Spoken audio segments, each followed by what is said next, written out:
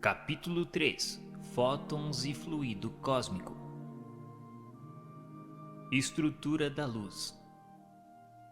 Clerk Maxwell, centralizado nos estudos do eletromagnetismo, previra que todas as irradiações, inclusive a luz visível, pressionam os demais corpos.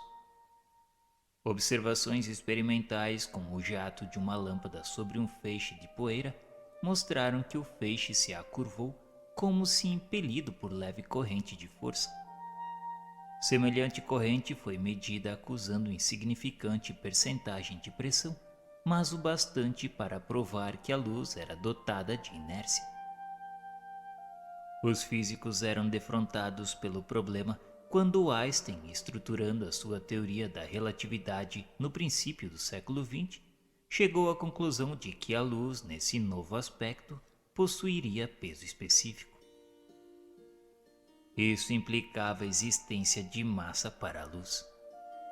Mas como conciliar vibração e peso, onda e massa? Intrigado, o grande cientista voltou às experiências de Planck e Bohr e deduziu que a luz de uma lâmpada resulta de sucessivos arremessos de grânulos luminosos em relâmpagos consecutivos, a se desprenderem dela por todos os lados. Pesquisadores protestaram contra a assertiva, lembrando o enigma das difrações e das interferências, tentando demonstrar que a luz era constituída de vibrações. Einstein, contudo, recorreu ao efeito fotoelétrico, pelo qual a incidência de um raio luminoso sobre uma película de sódio ou potássio determina a expulsão de elétrons da mesma película, elétrons cuja velocidade pode ser medida com exatidão, e genialmente concebeu os grânulos luminosos ou fótons que, em se arrojando sobre os elétrons de sódio e potássio, lhes provocava o deslocamento com tanto mais violência quanto mais concentrada for a energia dos fótons. O aumento de intensidade da luz, por isso, não acrescenta velocidade aos elétrons expulsos, o que apenas acontece ante a incidência de uma luz caracterizada por oscilação mais curta. Saltos quânticos. A teoria dos saltos quânticos explicou de certo modo as oscilações eletromagnéticas que produzem os raios luminosos.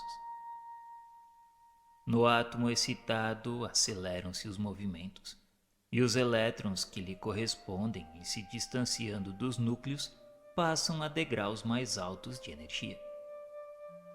Efetuada a alteração, os elétrons se afastam dos núcleos aos saltos, de acordo com o quadrado dos números cardinais, isto é, de 1 para 2 no primeiro salto, de 2 para 4 no segundo, de 3 para 9 no terceiro, de 4 para 16 no quarto e assim sucessivamente.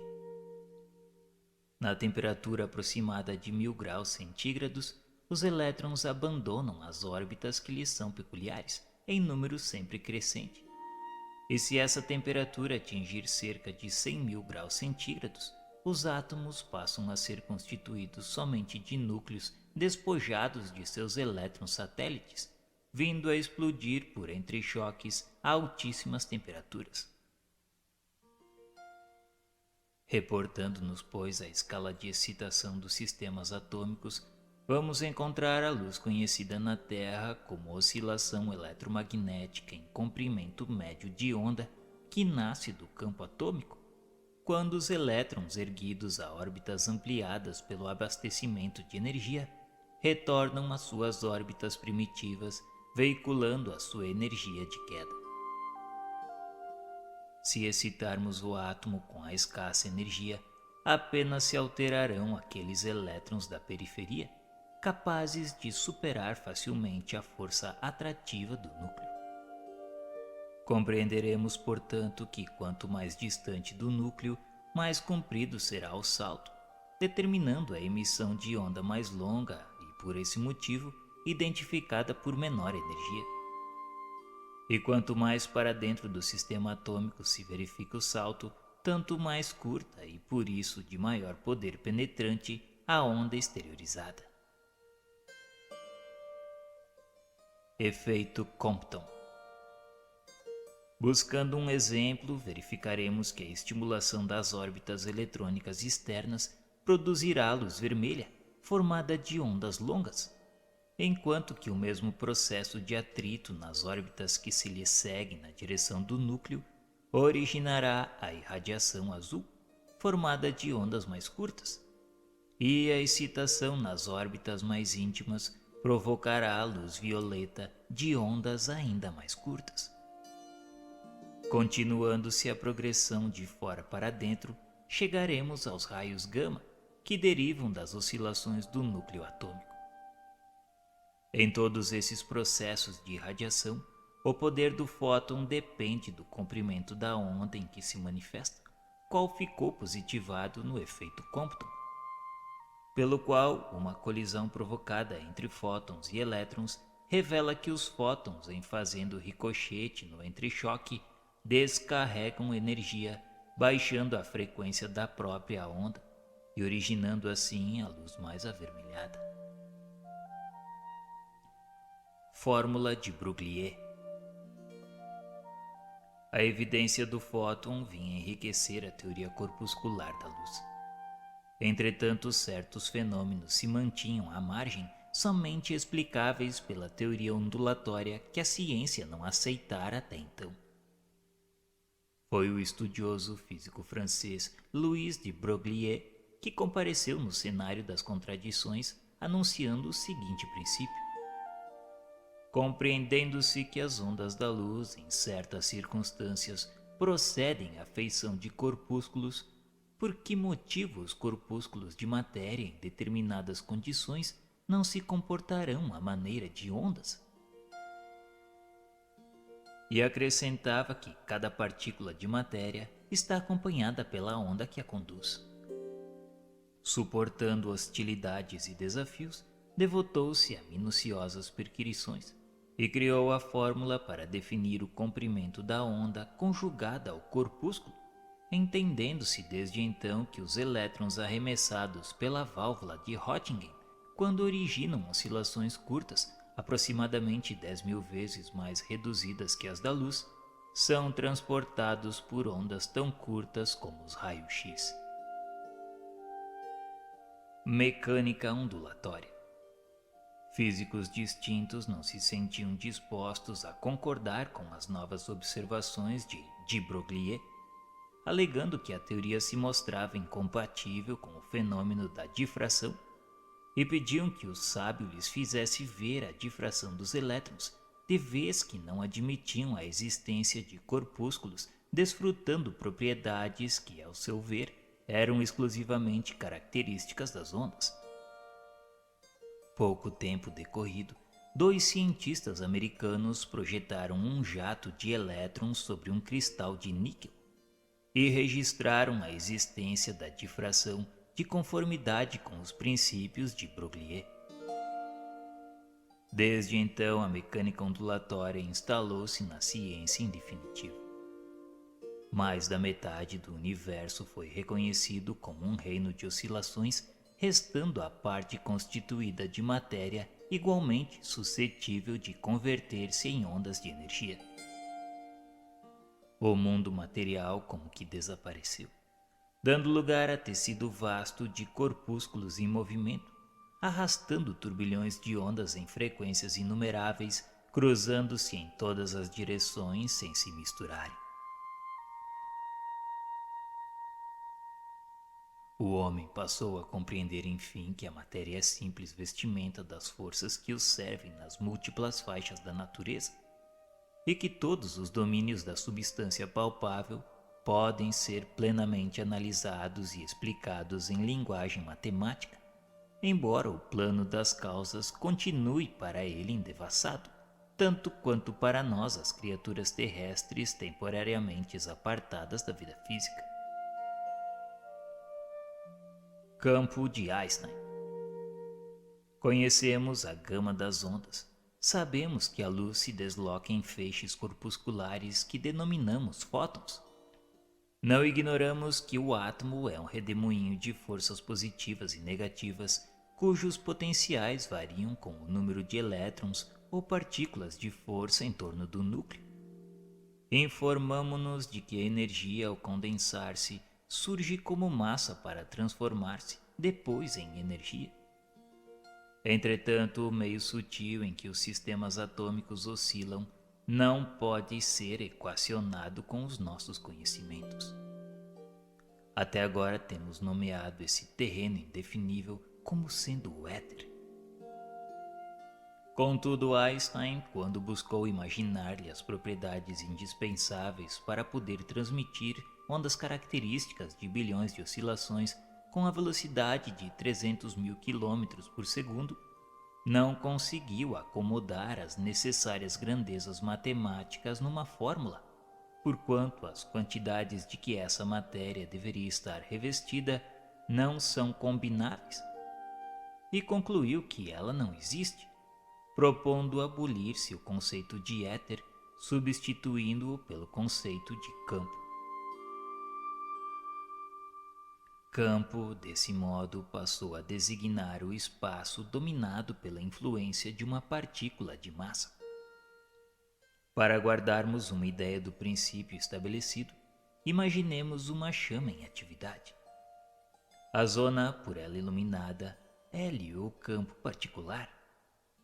A intensidade de sua influência diminui com a distância do seu fulcro, de acordo com certas proporções, isto é, tornando-se 1 por 2, 1 por 4, 1 por 8, 1 por 16 e etc., a revelar valor de fração cada vez menor, sem nunca atingir a zero, porque em teoria o campo ou região de influência alcançará o infinito.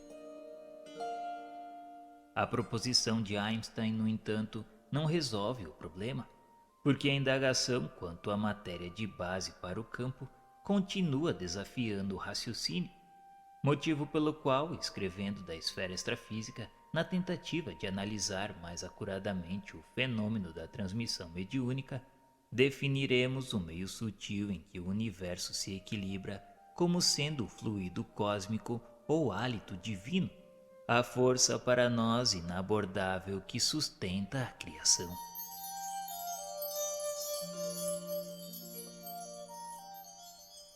Capítulo 4.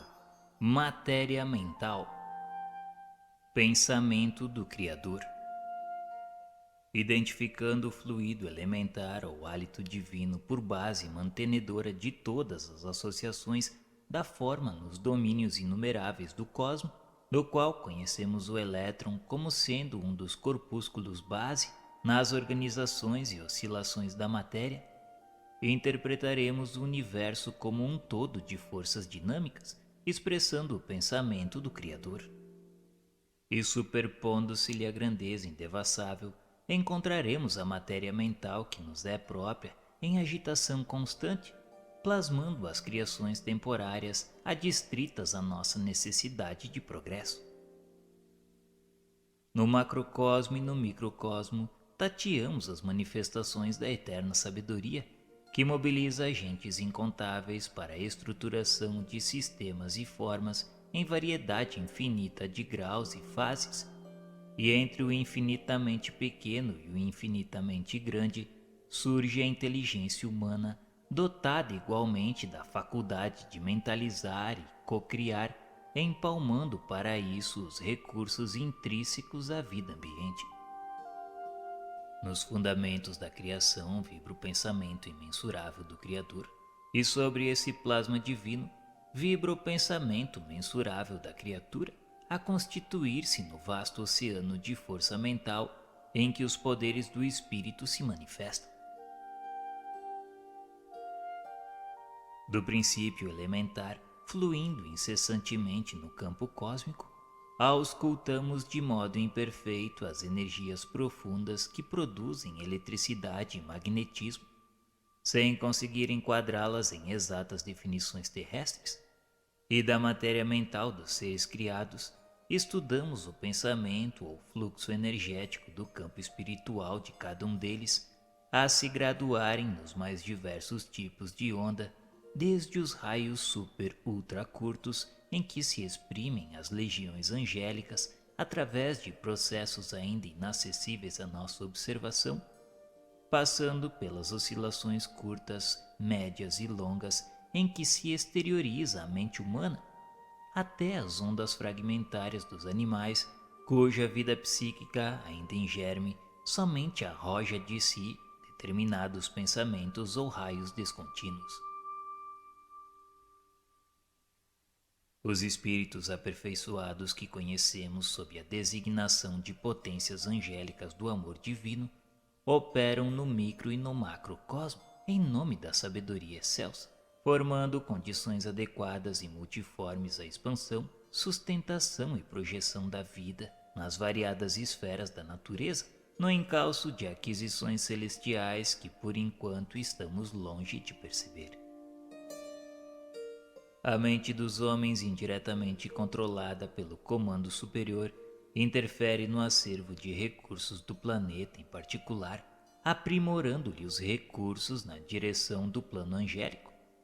E a mente embrionária dos animais, influenciada pela direção humana, hierarquiza-se em serviço nas regiões inferiores da Terra, no rumo das conquistas da humanidade. Corpúsculos mentais. Como alicerce vivo de todas as realizações nos planos físico e extrafísico, encontramos o pensamento por agente essencial. Entretanto, ele ainda é matéria. A matéria mental em que as leis de formação das cargas magnéticas ou dos sistemas atômicos prevalecem sob novo sentido, compondo o maravilhoso mar de energia sutil em que todos nos achamos submersos e no qual surpreendemos elementos que transcendem o sistema periódico dos elementos químicos conhecidos no mundo. Temos ainda aqui as formações corpusculares com base nos sistemas atômicos em diferentes condições vibratórias, considerando os átomos tanto no plano físico quanto no plano mental como associações de cargas positivas e negativas.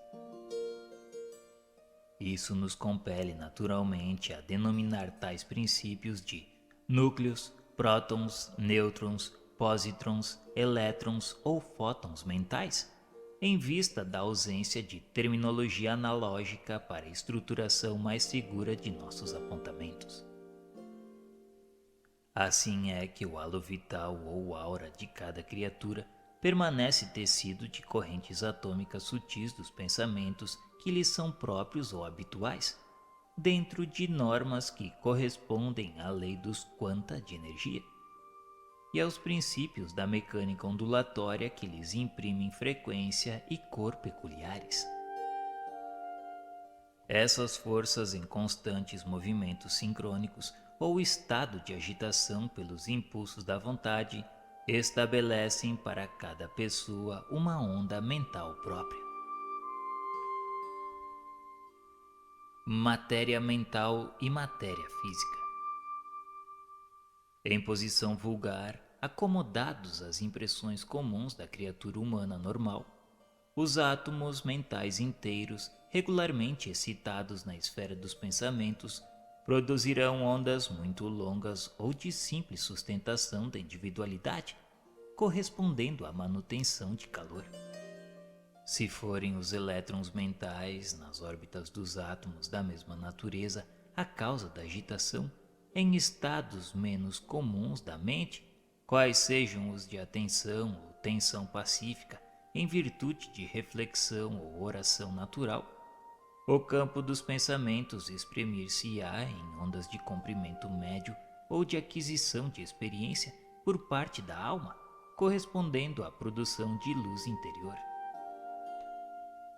E se a excitação nasce dos diminutos núcleos atômicos em situações extraordinárias da mente, quais sejam as emoções profundas, as dores indizíveis, as laboriosas e aturadas concentrações de força mental ou as súplicas aflitivas, o domínio dos pensamentos emitirá raios muito curtos ou de imenso poder transformador do campo espiritual, teoricamente semelhantes aos que se aproximam dos raios gama. Assim, considerando a matéria mental, embora em aspectos fundamentalmente diversos, obedece a princípios idênticos àqueles que regem as associações atômicas na esfera física, demonstrando a divina unidade de plano do universo.